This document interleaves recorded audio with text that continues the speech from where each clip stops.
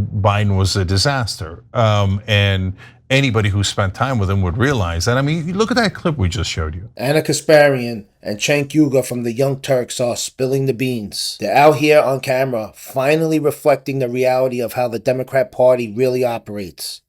They deny the truth, lie to their own voters, and cover for failure at all costs. Believe that Democrats argued after the debate that he shouldn't drop out? I can believe it because Democrats love to gaslight. And when I say Democrats, I'm not talking about the voters. I never am talking about the voters. I'm talking about Democrats in positions of power, administration officials, those close to Biden. No, media figures who identify as Democrats. No, I'm not surprised because their modus operandi from the very beginning was gaslight, gaslight, gaslight, gaslight, gaslight about everything. Gaslight about immigration, gaslight about crime, gaslight about Biden's age, gaslight about everything because we think the voters are stupid and that they don't recognize reality. I can't stand these people. All of them should never work in politics again, but unfortunately they will. They will. Yeah, so TYT got this quote from Ron Klain to try to explain it because he says that Biden shouldn't have dropped out. Well, wait, if you believe that, how could you believe that he wouldn't drop out? But he's told TYT, my concern was not with his mental acuity, which was sharp, but with his focus on Ukraine and Israel, which had pulled him out of domestic politics. I did not doubt his ability to run for president, only his focus on these foreign policy matters that were derailing his domestic agenda. Okay, well, Ron Klain was wrong.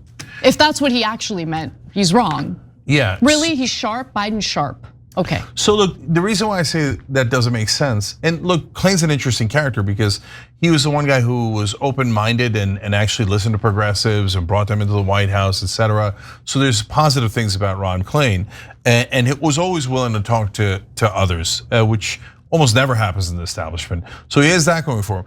But even in these, but if you notice, he didn't deny anything in the quote he gave to TYT, right?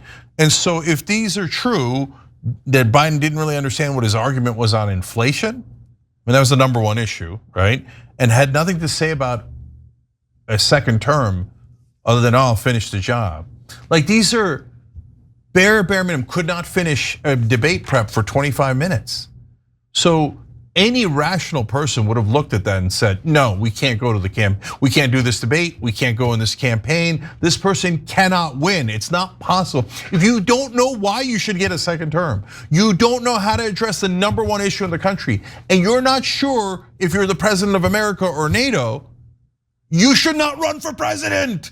That's the most obvious thing in the whole wide world. But when you are in a bubble and you got the MAGA bubble, you got this bubble, that bubble, but the thickest bubble of all is inside Washington. And so serving power is such a gigantic pull for all of these people. It's insane watching people try to defend Joe Biden. It doesn't make sense. And now they're shocked that Ron Klain had the nerve to say Biden is still sharp. Why are they shocked? They should know better by now. These people are part of the matrix, the system, the elite wing of Democrat machine, and they lie constantly.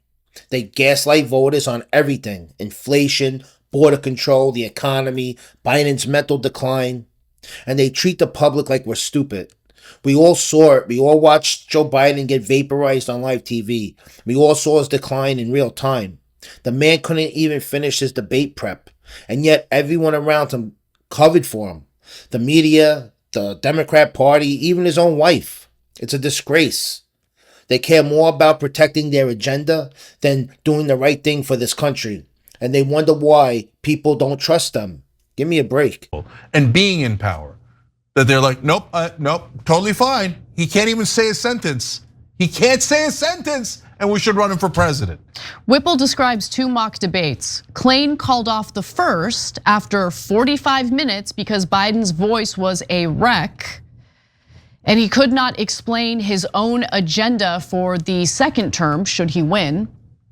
And Biden himself called off the second mock debate after 25 minutes, saying, I'm just too tired to continue, and I'm afraid of losing my voice here, and I feel bad. I just need some sleep. I'll be fine tomorrow. And then there's this stunning anecdote. Let's get to that. At one point, Biden had an idea. If he looked perplexed when Trump talked, voters would understand that Trump was an idiot. Klain replied, "Sir, when you look perplexed, people just think you're perplexed. And this is our problem in the race." According to Whipple, Klain feared that the actual debate would be a disaster, and his fears came true. It absolutely was a disaster.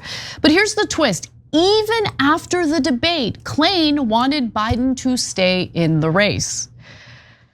Whipple said that Klain emphasized to him that he believed Biden should have run for re-election and thought he could win and govern effectively for another 4 years, a sentiment consistent with his fierce defense of Biden in the weeks after the June debate. Klain is very nice for being willing to have conversations and just talk to people and communicate with people when other administration officials were unwilling to. So I give him credit for that. That said, how do you go through these situations? How do you see his performance during the actual debate and still defend his decision to run for re-election? Anna, I'll tell you why. Because these people are tools. They're puppets. They take orders. They don't care about the American voter, because if they did, they would have been honest about Joe Biden's health from the start. Instead, they choose to lie, cover it up, and push a man who's clearly unfit. That's not leadership. That's political corruption. Remember, there was a full month after that debate in which Biden hadn't dropped out. That month was robbed from Democratic voters, from the American people, because there could have been a short primary to pick a better Democratic nominee, no? Yeah. I'm too angry about this at this point, and I'm sick of rehashing it. They effed up, and they have yet to take any responsibility for effing up. Yeah, so here's one more thing that it tells me. That Jill Biden is a really bad person. Yes, okay, sure. But Cenk, it's not just Jill Biden, obviously. No, here's why I say Jill Biden, right? Because look, in a best case scenario, these bubbles are they warp a person's mind so much that a perfectly intelligent guy like Ron Klain sees a guy falling apart at the seams, can't talk, doesn't know anything, can't possibly enter a debate, and thinks we can win with him and he could be president for 4 years. Your best case scenario is mind unbelievably warped by that bubble, right? Bad case scenario for other people, et cetera, that might be involved is, I don't really care, I wanna stay in power. If Biden's in power, I'm in power. And I don't care that he can't think or he can't talk, right? Okay. We'll just wheel him out, right? But those are all for the advisors. Jill Biden is not just an advisor, she's his wife. Oh my God, I mean, I can't imagine seeing my husband in that condition and still egging him on, urging him to run. That's I can't imagine it. I can't imagine it. That's what I'm saying. Like, guys, look, the whole thing's over. The Bidens are never coming back. So this isn't some sort of like vendetta or personal. Who cares, right? If I never see Jill Biden or I never talk about Jill Biden again, it'll be too soon, right? But I'm just stunned by how power hungry she was. That she saw a guy like that every single day. She lived with him every single day, can't remember anything, doesn't know what's going on. And she thought, I'm gonna wheel this guy out and have him humiliated in front of the whole country because I wanna hang on to power. That's sick. The one other thing I'm gonna bring up is, okay, so here you have Ron Klain saying, no, I think he could win. I think he could, be president for another 4 years. In other books that have come out recently, apparently administration officials were preparing for a situation in which Biden dies during his second term. Yeah. Of course they knew, of course. Cenk said it exactly right. Because if Biden is in power, they're in power. That's the establishment playbook. It's not about America, it's about control. If even Anna Kasparian and Cenk Uygur and people on the left are finally seeing the problem, why hasn't the party done anything? Why? Because they're not in it for the people. They're in it for themselves. Like the video, subscribe to the channel, and let me know what you think in the comments. Do you think this is all by design, or is the system just that broken?